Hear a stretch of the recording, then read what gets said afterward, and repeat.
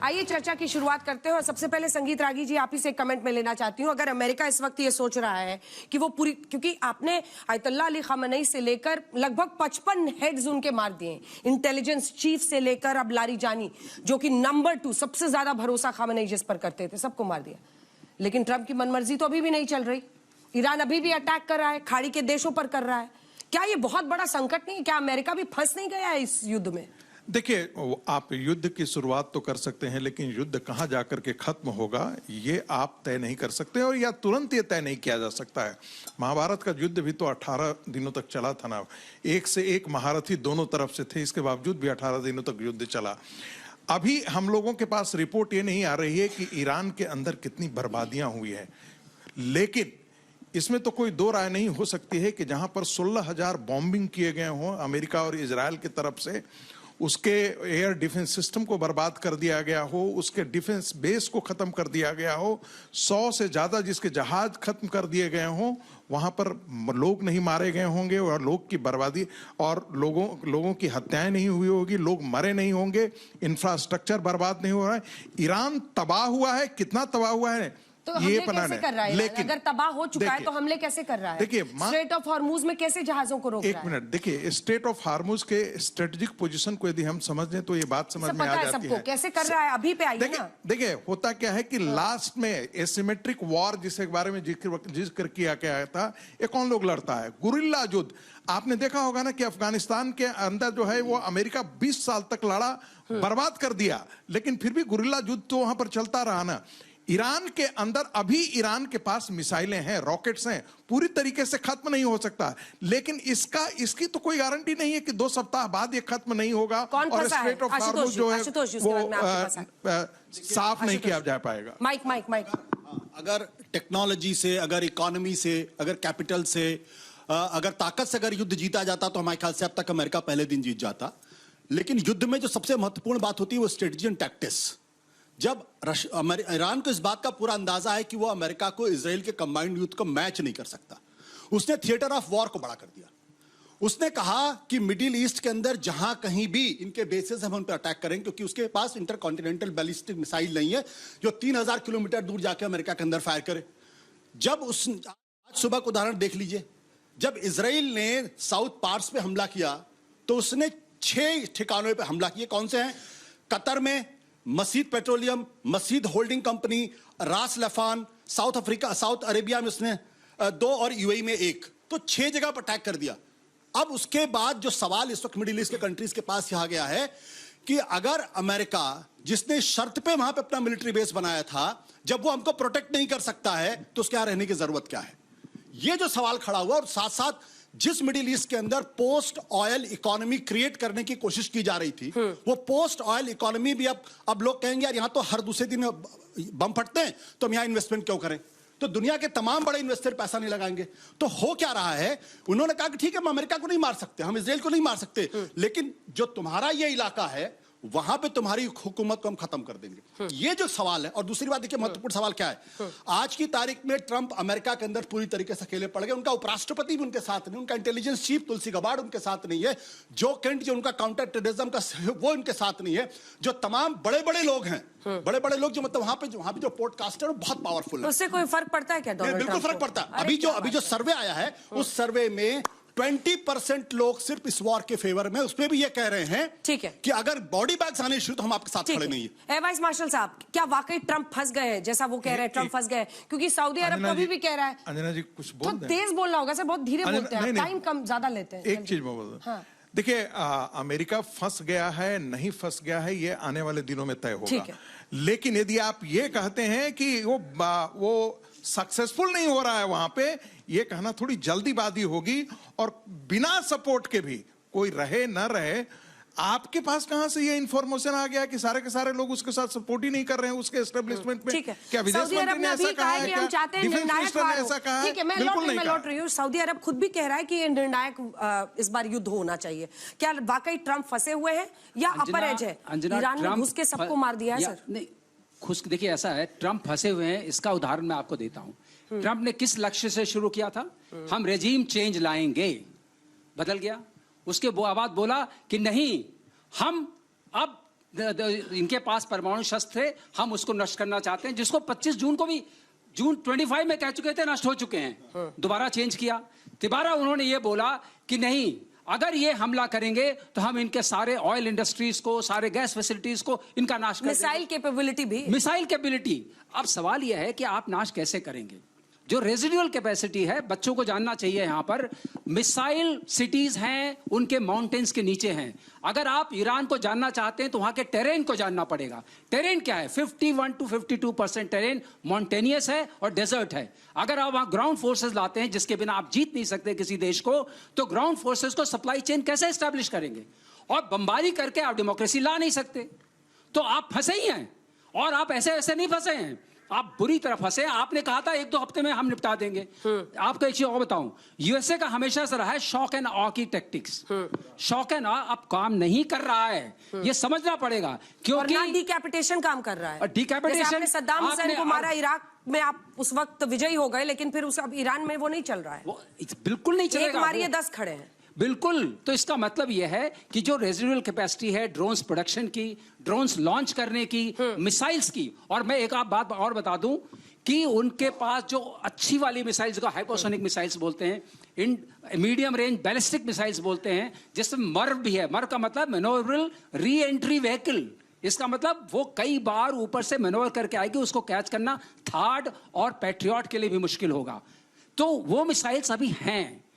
अभी ईरान जिंदा है, और ईरान लड़ाई लड़ेगा क्योंकि अस्तित्व की लड़ाई है। कर्नल देव, क्या बात सही नहीं कह रहे वो? ईरान अपने चारों तरफ से घिरा हुआ है, उसको जो मन में आ रहा कर रहा है। उसने कहा कि अगर हम पे हमला करोगे, हम खाड़ी के देशों में नाक में दम कर रहा हुआ है।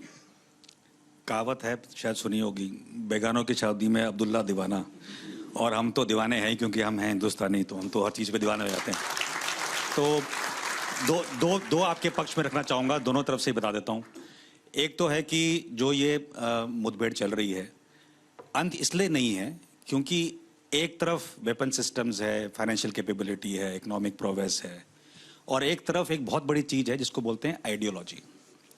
और आइडियोलॉजी को अगर सपोर्ट करे बायोलॉजी, तो आप कब तक उस आइडियोलॉजी को डिफीट कर सकते हैं शस्त्रों से, जब तक कि आप जाके ऐसा कुछ ना करें कि वो पूरा चेंज हो जाए। एग्जाम्पल नंबर 1, अफगानिस्तान 20 साल क्या चेंज हुआ?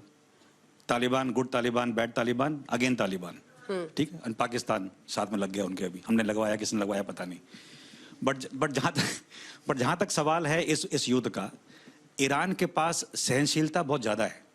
मोसाद की इन्फिल्ट्रेशन रही है सिर्फ शहरों तक, तेहरान तक। अगर आप ग्राउंड वॉर करेंगे तो टियर 2 सिटीज, विलेजेस में आपकी इंटेलिजेंस नहीं है, काफी खामियाजा भुगतना पड़ेगा। बट दूसरी तरफ अगर आप देखें, इस पूरे युद्ध में लोग बोलते हैं ईरान और अमेरिका की लड़ाई, ये दोनों सिर्फ एक पात्र हैं। इनका जो एक मेन अंश है वो है इजराइल, और इजराइल की समस्या है। इजराइल की समस्या शुरू हुई 1979 में, जब इस्लामिक रेवोल्यूशन हुआ, और उसके बाद जब इनको बोला गया कि ये बड़े सेटन है और वो छोटे सेटन है, अमेरिका और इजराइल पे प्रेशर इसलिए आया क्योंकि इजराइल एक जगह ऐसे संचलित है जहां पर हमस, हिजबुल्ला, यमन में ह्यूतीज, सबको फंडिंग ईरान करता है। 1 बिलियन USD पर एनम is not a small amount to do that. 1,80,000 से 1,40,000 आप ट्रेन करते हैं आतंकवादी एक स्टेट के अगेंस्ट। तो इजराइल के लिए ये एक एक्सिस्टेंशियल थ्रेट है, मतलब रहे या ना रहे। पर ईरान के लिए भी तो है। ईरान के लिए थोड़ा कम है क्योंकि ईरान के पास बफर्स हैं। ईरान डायरेक्टली इजराइल से डील नहीं करता, बट जो मिलिट्री क्षमता है वो आती है अमेरिका से, तो इसीलिए वो इस युद्ध के अंदर है। तो मैं समझता हूं कि आगे जाते हुए अमेरिका के पास 7 ऑप्शन हैं। एक या दो का विवरण कर देता हूं जल्दी से। पहला ऑप्शन है कि ट्रंप कल या परसों सुबह तक बोलने वाले हैं कि ये लड़ाई मैं जीत गया, मेरे सारे ऑब्जेक्टिव्स पूरे हो गए। जब तक कि वो नहीं हुए, उसके बाद यूएस की पूरी टॉम-टॉमिंग चलेगी मीडिया में, परसेप्शन में। रशिया टीवी को छोड़ के और चाइनीज टीवी को छोड़ के बाकी सारे टीवी बोलेंगे सब कुछ अच्छा हो गया। एंड क्योंकि कीमतें गिरेंगी, ऑयल ट्रेड, गैस आना शुरू हो जाएगा, हम सभी बड़े खुश हो जाएंगे, ठीक है, हम भूल जाएंगे क्या हुआ। बट अमेरिका के लिए थ्रेट अगले 3 जनरेशन तक रहेगा, और वो और एम्बोल्डन होगा उसी गल्फ से जहां पर उन्होंने अपनी बमबारी की है। दूसरा विकल्प है कि वो कुछ छुटपुट चीजें करें, प्रांतों में कुछ मिसाइल बेस को उड़ाएं, कुछ रेड करवा दें through commandos and marines and delta force, और वो सब करके अपनी वो एक बार विनिंग एटीट्यूड दिखा दें। उसी में अगर वो फंस गए और ये प्रोलॉन्ग बूट्स ऑन ग्राउंड हो गया, तो जो खमियाजा है वो अमेरिका को भुगतना पड़ेगा, इजराइल को भी भुगतना पड़ेगा, ईरान तो बेचारा भुगतेगा ही भुगतेगा। नहीं, इराक के बाद मुझे नहीं लगता बूट्स ऑन ग्राउंड वो कभी, ज़ैग्रोस की जो पहाड़ियां हैं वहां बहुत मुश्किल टेरेन है Iran. Anjana, boots on ground will bring body bags to America, और ये उनके लिए बहुत खतरनाक है। मिड टर्म इलेक्शंस भी होने। ठीक है, जल्दी से कमेंट फिर मैं जाऊंगा। अमेरिका वियतनाम में गया, क्या हालत हो गया? अफगानिस्तान में गया, क्या हालत हो गया? अगर ट्रंप को कोई पागलपन का दौरा सवार होगा तो जरूर वहां पे फौज भेज देंगे। मुझे नहीं लगता, थोड़ा पागल है लेकिन इतने ज्यादा नहीं। वियतनाम मुफ्ती शमून काज़मी साहब, जल्दी से। अंजना जी, मैं सबसे पहले तो ये कहना चाहता हूं कि यूएन को अपने कॉन्स्टिट्यूशन के अंदर चेंज करना चाहिए, और भारत जो अहिंसा का पुजारी है उसे जो 5 ये चौधरी हैं उसमें शामिल करना चाहिए, ताकि दुनिया के अंदर अमन और पीस रहे। ये मेरा पहला मुतालबा है यूएन से। और दूसरा ये कि जंगों से कभी चलती कहाँ है सर? अब नहीं, लोग चलनी चाहिए। अब हम देखिए अंजना जी, जो अभी पिछले दिनों हमारे एक उस वक्त मेंबर बनने की बात आई, तो उस वक्त सारे लोगों ने कहा नहीं अब नहीं, अगली बार। तो एक जिंदा कौमें जो हैं कभी इंतजार नहीं करती। हम विश्व गुरु हम बनने के लिए अपने अंदर यूनिटी पैदा करनी चाहिए, और भारत ही एक ऐसा देश है जो गुटनिरपेक्ष है और पूरी दुनिया के अंदर अमन चाहता है। और अमन इसी रास्ते से होगा कि हमें बुश को ट्रंप को भी रोकना पड़ेगा, और ईरान को भी हमें बताना पड़ेगा कि भाई इससे मसाइल हल नहीं होंगे। और जहां तक सवाल इस चीज का, मैं आपको बता दूं कि इजराइल का, तो मैंने आज ही पढ़ता हुआ मैं आ रहा था, हब्लुम मिनल्लाहि व हब्लुम मिनन्नास। लोग इत्तिफाक ये है कि मुसलमानों की विडंबना ये है कि वो ना कुरान को पढ़ते हैं ना उसके ऊपर अमल करते हैं। या तो अमेरिका ईश्वर के लिए समर्पित हो जाए, या लोग उसकी मदद करें। जिस दिन अमेरिका इजराइल से अपने हाथ खींच लेगा, उस दिन ना बच्चों का कत्ल होगा और ना ही दुनिया के अंदर बदअमनी होगी। तो इसलिए मैं कहना चाहता हूं कि वार जो है ये किसी चीज का हल नहीं है। हल ये है, लेकिन यहूदियों का कत्ल होगा तो कौन रोकेगा? जी, यहूदियों का कत्ल होगा तो कौन रोकेगा? नहीं, वो भी गलत है। नहीं, किसी का नहीं होना चाहिए। आपके गलत है कह देने से थोड़ी ना उनकी जान बच रही है। अब आपको ये बता दें कि ईरान को भी, मैं तो पहले कह रहा हूं इस बात को, कि हमारे दूध और खून के रिश्ते हैं। अगर कहीं इस तरह के हालात बनते हैं तो रोकना चाहिए, और भारत ही रोक सकता है। ठीक है, और ये तब तक मुमकिन नहीं है जब तक हम की पद्धति ना पा सकें। अंजना जी, बात यह है कि जंग कोई समाधान नहीं है हर चीज का। ट्रम्प ने जो अभी जंग की है, उससे पहले उनकी वार्ता चल रही थी, और इससे पहले 12 दिन का जो युद्ध हुआ था इन्होंने तब भी रुकवाया था। मानवता का कत्ल हो रहा है, चाहे ईरान में हो, फिलिस्तीन में हो या इसराइल में हो। अब इस ट्रम्प को ये जिम्मेदारी बनती है कि अगर वो दुनिया की सुपर पावर है, यूएनओ की तो इस दुनिया में, हिंदुस्तान में, दुनिया में चल ही नहीं रही। यूएनओ तो खत्म सा मानो, वो दादागिरी कर रहे हैं। वो तेल के ऊपर कब्जा करने के लिए ईरान के ऊपर उन्होंने वार किया है, और जैसे इराक में किया था वैसे ही उन्होंने यहाँ किया है। हर किसी का कत्ल कर देना, किसी की जान लेना मानवता के हिस्से में नहीं है। अल्लाह ताला फसादियों को पसंद नहीं करता, चाहे फसाद करने वाले ईरानी हो, इसराइली हो या अमेरिकन हो। दुनिया में शांति होगी। दुनिया इस वक्त दुनिया के सारे मुल्क परेशान हैं, सारे लोग परेशान हैं। हमारा मुल्क भी परेशान है इस जंग की वजह से, क्योंकि जंग होती है तो पूरी दुनिया को नुकसान होता है। और अभी एक काउंटर क्वेश्चन है, ये तो हो गई ज्ञान की बात, ये हम सब जानते हैं, लेकिन जो देश आतंकी प्रॉक्सीज बनाते हैं उनका क्या इलाज है? क्योंकि इजराइल की नजर से आप देखिएगा तो ईरान उनके लिए सबसे बड़ा दुश्मन देश है, और Iran axis of resistance 3H के साथ, हमास, हिजबुल्लाह, हुती के साथ बनाता है। ऐसे देशों का क्या उपाय है? वहां पर ये ज्ञान नहीं चलता ना, ये प्रॉब्लम है। हमास हो, हुती हो या ईरान अगर बना रहा है तो इसराइल के खिलाफ, इसराइल क्योंकि फलस्तीन में बमबारी कर रहा है, 188 बच्चे पहले दिन ट्रम्प ने मार दिए स्कूल में गिरा के। ये मानवता का कत्ल है, चाहे वो इसराइल करे या ईरान करे या फलस्तीन करे या कोई भी करे, मानवता का कत्ल नहीं होना चाहिए। बात यही कहेंगे हम, ये कहेंगे ट्रम्प जी के खिलाफ पूरा अमेरिका है, वहां के जर्नलिस्ट खिलाफ, उनके ऑफिसर खिलाफ, MP इस्तीफा दे रहे हैं। क्यों दे रहे हैं? कि मानवता के कत्ल के खिलाफ हर आदमी को उसका विरोध करना चाहिए अगर उसके अंदर इंसानियत है। कातिल कोई भी हो, कातिल छुपके कर दे, ऐलानिया कर दे, पोस्टमार्टम गिरे में जाएगा। और ट्रम्प ने दुनिया के लोगों का कत्ल करा है तो ट्रम्प भी मौत के घाट उतरेंगे। जवाब दीजिए फिर बच्चों के सवाल। देखिए, तालिबान तो पूरी मानवता का ही पक्षधर है, जिसको यहाँ के भारत के लोग बड़ा प्रशंसा करते हैं, भारत के मुसलमान। तालिबान जब सरकार आ गई थी तो बड़े लोग यहाँ पर उछल उछल के आपकी सरकार ने सफीकुर दोस्ती रहमान कर रखी है, सरकार ने हमारे ध्यान शरीर रखिए, की मैंने बीच में पैसा नहीं टोका इन्वेस्ट कर था रखा अंजना है जी। आपकी सरकार ने। थोड़ा सा बोलने दीजिए। इजराइल के अस्तित्व को कौन नकारता है? ईरान कहता है कि इजराइल को अस्तित्व में होना ही नहीं चाहिए, एक यहूदी नेशन एग्जिस्ट ही नहीं करना चाहिए, वो उनकी नजर में काफिर की परिभाषा में हम आते हैं। ऐसे इजराइल को अपने बचाव में उन ताकतों को नष्ट करना चाहिए नहीं जो हिजबुल्लाह खड़ा करता हो, जिसकी फंडिंग करता हो, जो हमास पैदा करता हो। हमास की लड़ाई क्या है? हम तुम्हारे साथ नहीं रह सकते, टू नेशंस हमको चाहिए। क्यों चाहिए तुमको? ठीक है। और जब तुम खामनेई मुसलमान साहब हो खुद इसलिए लिखते हैं, खुद नहीं लिखते चाहिए हैं, तुमको कि इसी आप देश ही के बता अंदर दीजिए। रहना चाहिए। खामनेई साहब खुद लिखते हैं कि Jews इजराइल को nation के दुनिया अंदर से ही मिटा तुमको रहना देंगे, होगा। उनका पोस्ट है। देखिए अंजना, ये बहुत बड़ी बड़ी बातें की जा रही हैं। हमास को क्रिएट किसने किया? नेतन्याहू ने क्रिएट किया। क्यों क्रिएट किया? क्योंकि उनको पीएलओ को काउंटर करना था। ये भी इतिहास का तथ्य, इसको भूलो मत आप। तो फंडिंग कौन कर रहा है? ईरान नहीं कर रहा है फंडिंग। हमास को किसने क्रिएट किया? मैं सुन, एक फंडिंग कर रहा है कि नहीं? ईरान फंडिंग कर रहा है कि नहीं? हिजबुल्लाह को फंडिंग कर रहा है कि नहीं? मैंने आपको बीच में नहीं टोका। हिजबुल्लाह को फंडिंग, अरे आपने टोका नहीं, इसीलिए तो टोक रहा हूं। हिजबुल्लाह को फंडिंग कर रहा है या नहीं कर रहा है? सुन लीजिए, हमास को फंडिंग कर रहा है या नहीं कर रहा है? अलकायदा को किसने ट्रेन किया? किसने ट्रेन किया? अमेरिकन ने खड़ा किया अलकायदा को, और अंत में अलकायदा का निशाना शिकार कौन बना? अमेरिका बना। हमास को किसने खड़ा किया? नेतन्याहू ने खड़ा किया। अंत में निशाना कौन बना? नेतन्याहू बने और इजराइल बना। अब महत्वपूर्ण सवाल इसमें क्या है? महत्वपूर्ण सवाल इस बात को लेकर यह कि जो 7 अक्टूबर को हुआ वो बहुत ही निंदनीय है, उसकी दुनिया में हर जगह होनी चाहिए। लेकिन जो आपने 71,076 लोगों का कत्ल किया, जिसमें 40 से 45 हजार मासूम बच्चे और औरतें थी, क्या वो जस्टिफाइड है? अगर ये जस्टिफाइड तो मुझे कुछ नहीं कहना, मुझे कुछ नहीं कहना।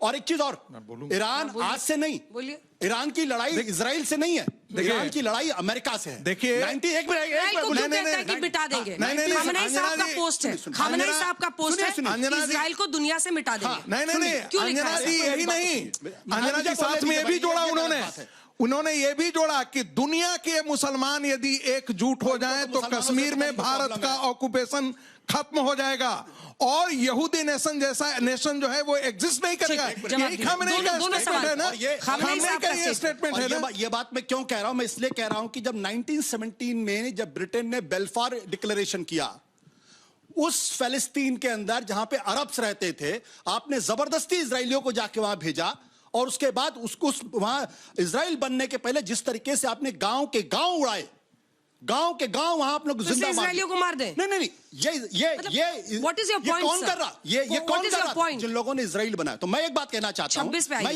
मैं इस हमाम में सब नंगे हैं। अरे भाई, ये कहिए कि इजराइल तो पाकिस्तान का एग्जिस्टेंस नहीं होना चाहिए था, भारत का बंटवारा ही नहीं होना चाहिए था। ईरान की बात बता दूं, भारत का बंटवारा ही नहीं होना चाहिए, भी तो ब्रिटेन ने हम पर थोपा था। ब्रिटेन ने क्रिएट, ये तर्क क्यों करा जा रहा है भाई? इस बात को लेके कि जिस तरीके से खामनेई के पोस्ट पे कुछ नहीं कह रहे। मैं कह रहा हूं, जिस तरीके से हिंदुस्तान एक सिविलाइजेशनल स्टेट है, वैसे ईरान भी एक सिविलाइजेशनल नहीं, यही गलती है, बिल्कुल नहीं। सिविलाइजेशनल आपको नहीं पता तो मैं क्या करूं? सिविलाइजेशनल स्टेट मैं क्या करूं आपके लिए? आपको नहीं मालूम है, हिंदुस्तान के इजराइल से रिश्ते करीब 2000 साल पुराने रिश्ते हैं। लोगों को हमारे यहाँ फारसी जो आई थी, जो कोर्ट की लैंग्वेज थी फारसी, वो कहां से आई थी? सिविलाइजेशन और इस्लाम के पहले का सिविलाइजेशन है, दोनों में बहुत बड़ा अंतर है। तो ये जो प्रश्न खड़ा हो रहा है, खामनेई साहब जब लिखते हैं कि हम इजराइल को दुनिया से मिटा देंगे, इस पर कुछ तो बोलिए। अभी सुन लीजिए फिर। अभी इजराइल में अमेरिका के जो गवर्नर, जो एम्बेसडर हैं, उन्होंने क्या कहा है? इजराइल को नील से लेके यूफ्रेटिस तक सबको अरब को हटा देना चाहिए। जस्टिफाइड है? अरे खामनेई साहब की बात करें, उस पर आइए ना, मैं कह रहा हूं। अरे सुनिए तो मेरी बात। सिविलाइजेशनल स्टेट के हेड ऐसा लिख रहे हैं, तो अगर खामनेई ने लिखा है, उनका जो डिफेंस मिनिस्टर, जो क्या नाम उसका, कार्ड्स, वो क्या कहता है?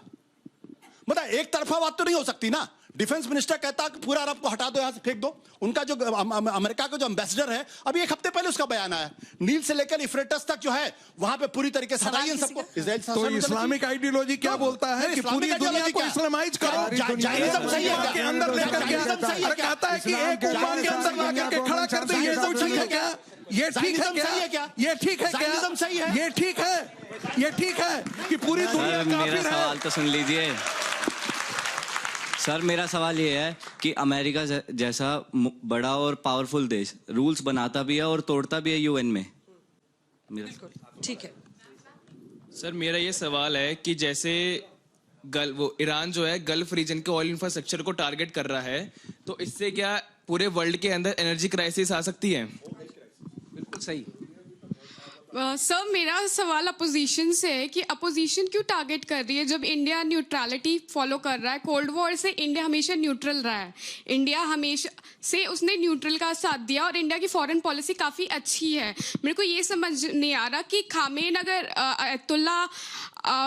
अगर मरते हैं तो इंडिया में प्रोटेस्ट होता है, कश्मीर में प्रोटेस्ट होता है, यूपी में प्रोटेस्ट होता है, तो आप लोग इसको धर्म के नाम पे क्यों हाजिक साहब इसका जवाब दो।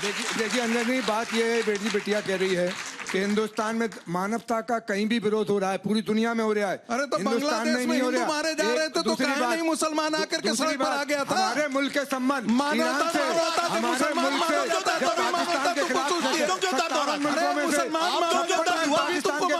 ईरान हमारे साथ था, हिंदुस्तान के साथ। और आज हमारे देश के बांग्लादेश में हिंदू मारा जा रहा था, एक भी मुसलमान सड़क पर नहीं उतरा था, एक भी नहीं उतरा था। हम देश के मानवता इनको तब करते थे, मुसलमानों का कत्ल होता है। जिस मुल्क ने हमारी हिमायत की हो, हम उस मुल्क के खिलाफ चले जाएंगे। बांग्लादेश में हिंदुओं को काटो, लेकिन यहाँ मस्जिदों से आवाजें नहीं उठेगी कि वहाँ पर जाओ। कोई संबंध नहीं, उनके लिए हम काफिरों का कत्ल हो रहा है, बस इनकी यही मानसिकता है। ईरान से हिमायत करी और आप ईरान का विरोध कर रहे हो, क्यों कर रहे हो?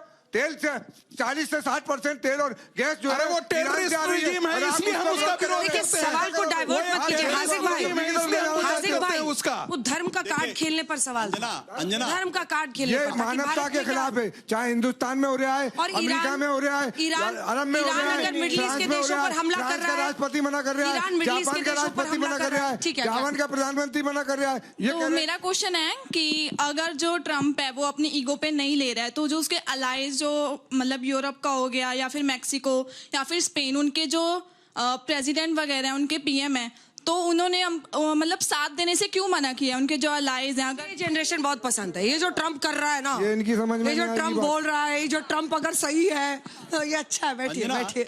मुझे लगता है कि एक बार वाइस मार्शल इसका जवाब दे कि देखिए क्या ट्रम्प साहब इस वजह से भी नहीं फंसे हैं कि उन्होंने स्ट्रेट ऑफ हॉर्मूज में चाहा कि चाहे जापान हो, नेटो के देश हो, वो सब आए मदद करें, बट उन्होंने इनकार कर दिया। जर्मनी ने तो बिल्कुल साफ इनकार कर दिया। जो बच्चों का सवाल है बिल्कुल सही है कि ट्रम्प जो कर रहे हैं उसका कोई साथ नहीं दे पा रहा है, क्योंकि ट्रम्प ने अपनी ही डोमेस्टिक ऑडियंस को साथ नहीं लिया, अपनी कांग्रेस को साथ नहीं लिया, नाटो कंट्रीज साथ में नहीं है। हम लोग ये कहने की कोशिश कर रहे हैं कि सारे जो ये युद्ध हो रहा है उसमें भारत कहां पर है। हमारे कम्युनिकेशन चैनल सारे कॉन्फ्लिक्टिंग जो कंट्रीज हैं उनसे खुले हुए हैं। उसका फायदा ये है कि अगर कल को किसी चीज की जरूरत पड़ती, कोई भी युद्ध से खत्म नहीं होगा। और जहां तक सवाल है रेजिडुअल कैपेसिटी की, वो ईरान के पास बची रहेगी, मैं आपको बताता हूं अपने अनुभव से। हाँ, और कर्नल देव, ये तो साफ है ना, अगर बाकी देशों को भी इस युद्ध में एक पर्पस दिखता तो वो भी साथ जाते। बिल्कुल सही। लेकिन एक तो जब अमेरिकन ही कह रहे हैं भाई डायरेक्ट थ्रेट नहीं था अमेरिकन के लिए, क्या नेतन्याहू की लड़ाई लड़ रहे हैं? एक पर्पस है, क्योंकि हमारा जो तेल वहां से आता है, जो ईरान से नहीं आता बाय द वे, उतना सारा वो कतर से आता है, बाकी जगह से आता है, तो वो जो है वो तेल हमारा रुक रहा है 20%। उसके लिए हमें अल्टरनेटिव्स ढूंढ रहे हैं, लेकिन उसमें टाइम लगेगा। सवाल ये है कि वो कैसे हम सॉल्व करें, उससे हमारे पर त्रासदी आ रही है। आपको समझना चाहिए हम इन्वॉल्व हो गए बिना। सर मेरा क्वेश्चन ये है कि जो इंडिया है वो सिर्फ मिडिल ईस्ट पे ऑयल लेने के लिए डिपेंडेंट है या बाकी और भी किसी एरिया से वो ले सकता है? रोहित देव साहब, पिछले 6 वर्षों में हमने 40 सोर्सेज ले लिए हैं वर्ल्ड वाइड, तो तेल के हिसाब से काफी ओवर डिपेंडेंस नहीं है मिडिल ईस्ट के ऊपर। जो ये विडंबना है ईरान की, वो 2 प्रकार की है। पहली है कि encirclement of Iran and creation of something like a eastern NATO आप बोल सकते हैं, क्योंकि सारे कंट्री यूएस के समक्ष हैं, तो ईरान नहीं चाहता। ईरान की प्रॉब्लम वो है। हमारी प्रॉब्लम क्या है, जो कि हमारी भी है, यूरोप की भी है, सबकी है, वो है India middle east economic corridor, जिसका आपने कभी पढ़ा होगा 3-4 साल पहले, जो भी दबी हुई थोड़ी न्यूज चल रही है। वो कॉरिडोर खुलने के बाद जो डिपेंडेंस ईरान के ऊपर है ग्लोबली, वो नीचे जाती है, तो इकोनॉमिक आर्थिक रूप से भी उसको झटका पड़ता है।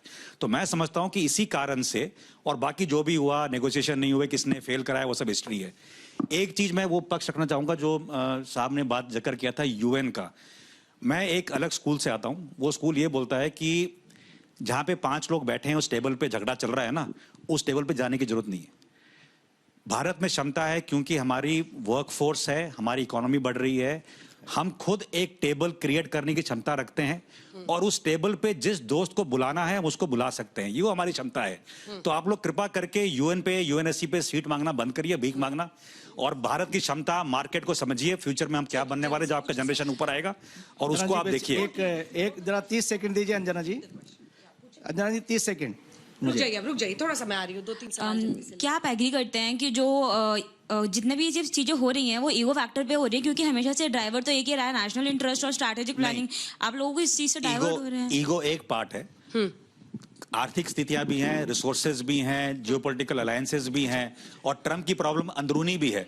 चाहे आप उनके एप्स्टीन फाइल देखिए, चाहे आप 2-3 सवाल मैं ले लूं, फिर मैं लौट मनी लॉन्ड्रिंग देखिए। एप्स्टीन अब तो कोई फाइंड ही नहीं कर रहा, गूगल सर्च से खत्म हो गया, आज शुरू हो गया। सर मेरा क्वेश्चन भी बस यही है, आज सुबह शुरू हो गया कि जो ये लड़ाई हो रही है उस पे अमेरिका पे क्या इम्पैक्ट हो रहा है? अगर चाहे स्ट्रेट ऑफ हॉर्मोज है तो इंडिया पे इम्पैक्ट हो रहा है, अदर कंट्रीज पे हो रहा है, लेकिन अमेरिका पे तो एट द एंड इम्पैक्ट कोई हो ही नहीं रहा, तो अमेरिका के जीत रहा है। मेरा सवाल ये है, अभी सर ने बोला था कि सिविलाइज नेशन है ईरान, लेकिन अगर ईरान जो है वो सिविलाइज नेशन है तो वो डेवलपमेंट के आगे क्यों जा रहा? वो वॉर क्यों करना चाह रहा है? जो डेवलपिंग नेशंस है या सिविलाइज नेशंस है वो वॉर से हटना चाह रही है, न्यूट्रलाइज्ड बैलेंस बना रही है, तो ईरान को भी यही चीज फॉलो करनी चाहिए अगर वो सिविलाइज है। सऊदी और यूएई जैसे देश जो विकास की राह पर इतनी तेजी से बढ़ रहे हैं, लेकिन वही कट्टरवाद के अंधेरे में शायद ईरान कई सालों तक। जल्दी से आखिरी सवाल मैम, जब धुरंधर देख के आए हो, मैम खुश हो तुम? बहुत ज्यादा खुश हूँ मैम, धुरंधर तो बहुत अच्छी है, लेकिन सर मेरा क्वेश्चन ये है, जब ऑल्टरनेट ढूंढने जाता है ऑयल का तो कभी सैंक्शंस तो लगा देता है अमेरिका इंडिया पे,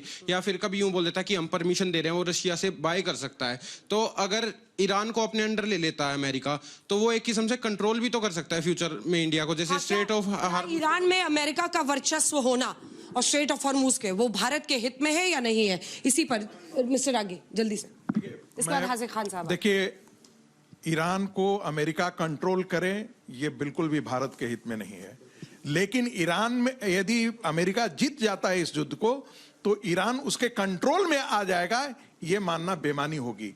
आखिर खाड़ी के देश में बहरीन है, कतर है, सारे हैं, उनके हमारा व्यापार का रिश्ता है, सब चीज, सबों के साथ बहुत अच्छे संबंध है। हाजिर खान साहब, जितने प्रधानमंत्री को वहां के सबसे मेडल मिले हैं इन्हीं खाड़ी देशों से मिले हैं।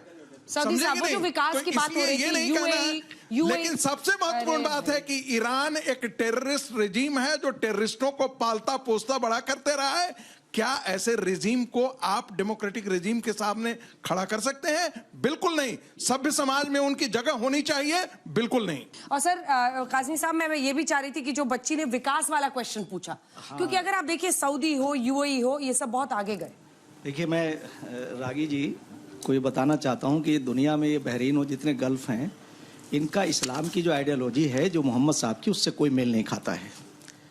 और मैं ये बात कह सकता हूँ कि जो कुरान या सनातन धर्म में संसार का पहला जो ग्रंथ वेद है और अंतिम जो वाणी है कुरान है, और दोनों का मूल एक है। एको ब्रह्म द्वितीय नास्ते, नेह ना नास्ते किंचन, वादो ला शरीक, वन गॉड विदाउट सेकंड, अव्वल अल्लाह नूर उपाय, कुदरत के सब बंदे एक ही नूर से सब जग उपजे, कौन भले कौन मंदे।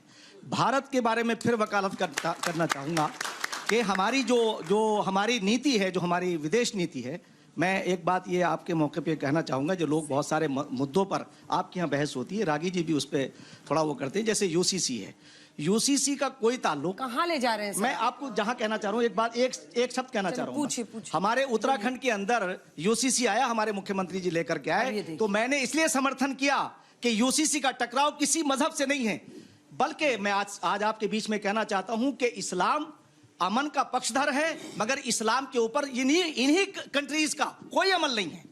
वो जो उनके खिलाफ होता है, जो शहंशाहियत है, और डेमोक्रेसी और शहंशाहियत में बड़ा फर्क है। तो मैं तो आखिर में कहना चाहूंगा कि तो अगर कहीं दुनिया अमल कर रहा है जी, कौन सा कंट्री कोई सी भी नहीं कर रही है। आपकी जितनी गल्फ की जो अरब के सिर्फ उत्तराखंड में ये बचाने कर के लिए रहे सब कुछ है, अगर वो अमन पसंद होते तो ऐसा बिल्कुल ना होता।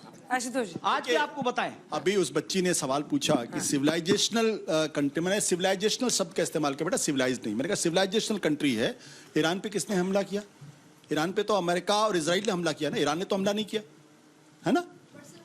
एक मैं जब अरे भाई आप मेरे ऊपर हमला करोगे तो मैं अब चुप, या तो मैं मर जाऊं, है ना? तो ये जो कहने वाली, एक मिनट, ये नहीं, थोड़ा सा एक क्वेश्चन संगीत जी, ईरान के पर्शियन सिविलाइजेशन को किसने बर्बाद किया? ऐसी खुमैनी रेजिम ने बर्बाद किया। ईरान के जो ओरिजिनल सिविलाइजेशन था उसको बर्बाद क्यों किया है? इसी इस्लाम के नाम पर इन टेररिस्ट ऑर्गेनाइजेशन और टेररिस्ट रेजिम ने बर्बाद किया है, इसलिए उसको सिविलाइजेशन से मत जोड़िए। देखिए एक मिनट, जो बात संगीत रागी कह रहे हैं ना, मैं उनकी काफी बात से सहमत हूं। आज दिक्कत कहां पे? जब दुनिया में धर्म के आधार पर राजनीति होती, चाहे हिंदुस्तान में हो, चाहे इजराइल में हो, चाहे ईरान में हो, वो विनाश की तरफ जाती है। और वही विनाश आज वहां हो रहा। आज जो ट्रंप है, ये जिस धर्म तरीके से के आधार पर विनाश नहीं होता है, पंथ के आधार पर विनाश होता है। जब मैंने सही बात कही तो धर्म यदि हो तो धर्म तो हर के लिए धर्म आधारित राजनीति करेंगे, सुबह से शाम तक मुसलमान और हिंदू करेंगे तो यही होता है। मुसलमान हिंदू करेंगे सुबह शाम तक यही होगा, युद्ध विनाश होगा उसमें। आप एक सेंटेंस बिना मुसलमान के नहीं बोल सकते, एक सेंटेंस नहीं बोल सकते। तो मजहब और धर्म के बीच अंतर आपको बताया। यदि आपके भेजा में नहीं सूझता तो हम क्या करें? भारत पंथ निरपेक्ष है, धर्म निरपेक्ष नहीं है। और धर्म हिंदी में कहते हैं, दोनों एक ही बात। भाई संविधान का हिंदी संस्करण पढ़ो। रागी जी, भारत का संविधान पंथ निरपेक्ष है, धर्म निरपेक्ष नहीं है। संविधान को पढ़ो। पाकिस्तान अरे इतना ही संघ के एक मिनट, आशुतोष जी, आप लड़ने में संगीत रागी जी से खुद ही मान गए कि ईरान एक कट्टर देश है। तुम सुन लीजिए ना, खुद ही मान गया। संघ के लोग इतना पढ़े लिखे होते तो ये स्थिति नहीं होती। मैं जो कहना चाह रहा हूं कि जब धर्म के आधार पर राजनीति, ईरान की प्रॉब्लम क्या है? क्योंकि वो धर्म के आधार पर राजनीति कर रहा। इजराइल की प्रॉब्लम क्या है? गांधी जी ने जब 1948 में जब इजराइल बना तो गांधी जी ने कहा कि धर्म के आधार पर एक देश बना हुआ है, हम इसको सपोर्ट नहीं कर सकते। भारत ने 2 साल लिया उसका।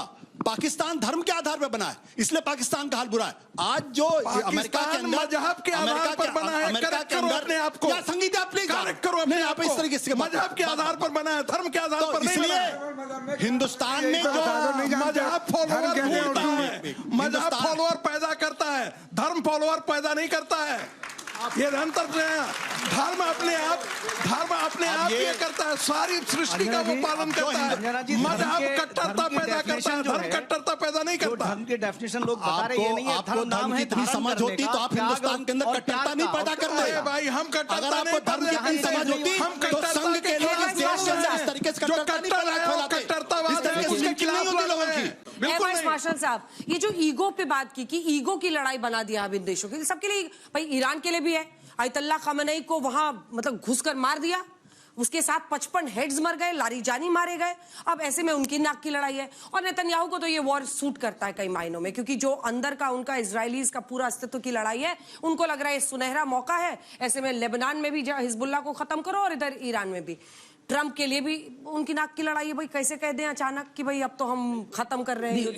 एक बच्चे ने सवाल 8 देशों का सीज फायर कराने का दावा करते हैं, फिर 9वां युद्ध खुद ही छेड़ दिया है साहब ने।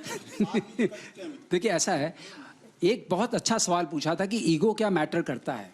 तो हमेशा जो राजा होता है उसका चरित्र मैटर करता है।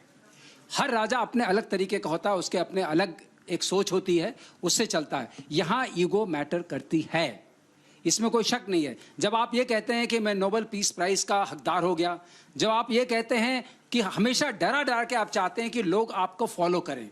आज भी जो उनका पोस्ट आया है उसमें उन्होंने कहा है कि जो अभी इन्होंने फैलाया है, ईरान ने जो अटैक किया है गल्फ का जीसीसी कंट्रीज पर, अगर वो रुका नहीं, जबकि उन्होंने माना अपने को अलग कर लिया है कि ये इजराइल ने खुद किया बिना मुझसे पूछे हुए, तो हम इतना भयानक युद्ध करेंगे कि ईरान उसको झेल नहीं पाएगा। यहाँ भी ईगो है, तो ईगो तो है ही है, इसमें कोई शक नहीं है। और ईगो मैटर करती है, वो हर जगह होती है। लेकिन सवाल ये कि युद्ध किस तरफ जा रहा है, युद्ध को कैसे रोका जाए। तो किसने किसके नाक में दम किया, थोड़ा बता दीजिए। हम लोगों को समझ नाक में इस वक्त हमारे दम ज्यादा हुआ है। क्योंकि हमारे नाक में इसलिए दम हुआ है कि हमने तो लड़ाई छेड़ी भी नहीं, हम उसमें सम्मिलित भी नहीं है, हमारा कुछ लेना देना नहीं, लेकिन हमारा सामान वहां से आता है, हमारे गैस वहां से आती है, हमारे घर के चूल्हे वहां से जलते हैं। हम परेशानी में आ गए। अब इसमें हम अपने लंबा खींचेगा उतना लंबा नुकसान होगा। तो हम चाहते हैं जितनी जल्दी खत्म हो जाए। हमारा अब इसमें स्वार्थ है, निहित स्वार्थ है।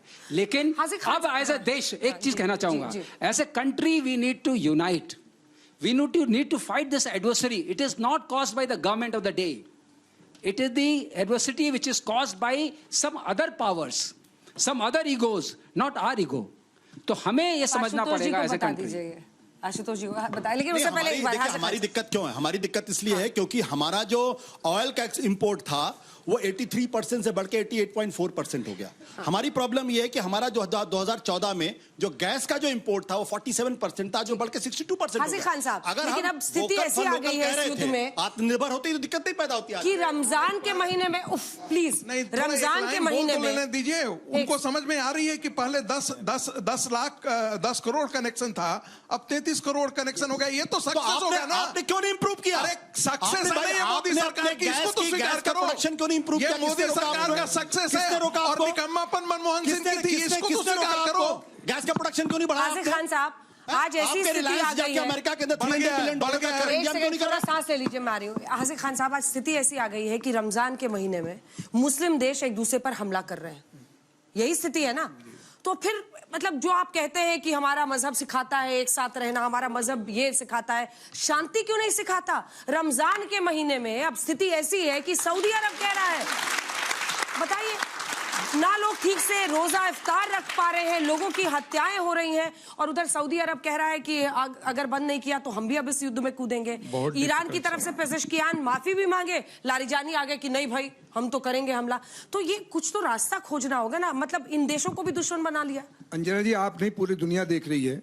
मैं ये पूछता हूँ कि ईरान में 1,70,000 हिंदू रहते हैं और इसराइल में 20,000 रहते हैं। ईरान में 12 मंदिर हैं, इसराइल में एक भी मंदिर नहीं है। ईरान वाले गाय खाते नहीं है, इसराइल वाले हर टेबल पे गाय होती है। ये किसकी हिमायत कर रहे हैं? ये इन्हें क्या मालूम है ये देश के लिए क्या करना चाहिए? मेरे सवाल का जवाब नहीं दिया। इंडिया मत पहुंचिए। अगला जवाब, अल्लाह ताला कुरान में कह रहे हैं कि फसाद करने वालों को अल्लाह पसंद नहीं करते, चाहे वो ईरानी फसाद करे। मैंने पूछना चाहता हूँ, अफगानिस्तान पे अटैक कर रहा है। जंग जो शुरू किसने की? जंग किसने शुरू की? अमेरिका ने शुरू करी या ईरान ने की? पाकिस्तान अफगानिस्तान वाली किसने शुरू की? प्रधानमंत्री को कोई मार देगा तो हमारे देश का बच्चा उस मुल्क के खिलाफ हो जाएगा, क्यों नहीं होगा? नारेबाजी थोड़ी करनी है, यहाँ पे सवाल का जवाब देना है। पाकिस्तान अफगानिस्तान का युद्ध किसने शुरू किया?